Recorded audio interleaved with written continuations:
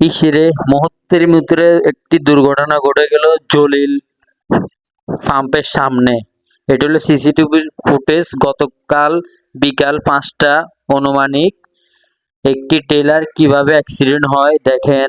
আমাদের সীতাকুণ্ড এরিয়াতে যে লোকাল গাড়িগুলো চলে, বিশেষ করে 8 নম্বর, 7 নম্বর, 17 নম্বর, 3টা গাড়ি ওভারটেক করতেছে দেখেন। এখন ওই বেচারা কি করবে, ট্রেলারের ড্রাইভার না পেরে আইরনে তুলে দিয়ে মুহূর্তের ভিতরে ঘটে গেল একটি মর্মান্তিক দুর্ঘটনা। এই দুর্ঘটনার জন্য চট্টগ্রাম হাইওয়ে গতকালকে 10টা পর্যন্ত প্রায় দীর্ঘ 4 ঘন্টা যানজটের সৃষ্টি হয়। আমি কর্তৃপক্ষের কাছে দাবি জানাবো, যারা এই সীতাকুণ্ড এরিয়ার ভিতরে পুলিশ প্রশাসন আছেন, আপনারা অন্তত এই লোকাল গাড়িগুলোকে একটু দেখবেন, কারণ এগুলোর কারণে যত দুর্ঘটনাগুলো ঘটে।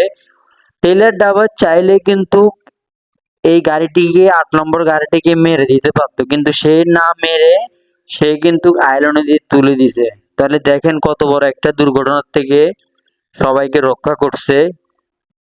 আর ট্রেলার ড্রাইভার ভাইদেরকে একটা কথাই বলতে চাই, আপনারা যে এরিয়াগুলো আছে, ইউটার্ন গুলা, বাজার গুলা, এগুলাতে খুবই আস্তে যাইতে হবে, কারণ আপনারা যদি একটু দেখে শুনে না যান, কারণ আপনাদের লোড গাড়িগুলা কন্ট্রোল করা যায় না। তাই সবাইকে সতর্ক হয়ে গাড়ি চালানোর জন্য অনুরোধ করতেছি। আমি মোহাম্মদ রুবেল। সবাই ভালো থাকবেন। আল্লাহ হাফেজ।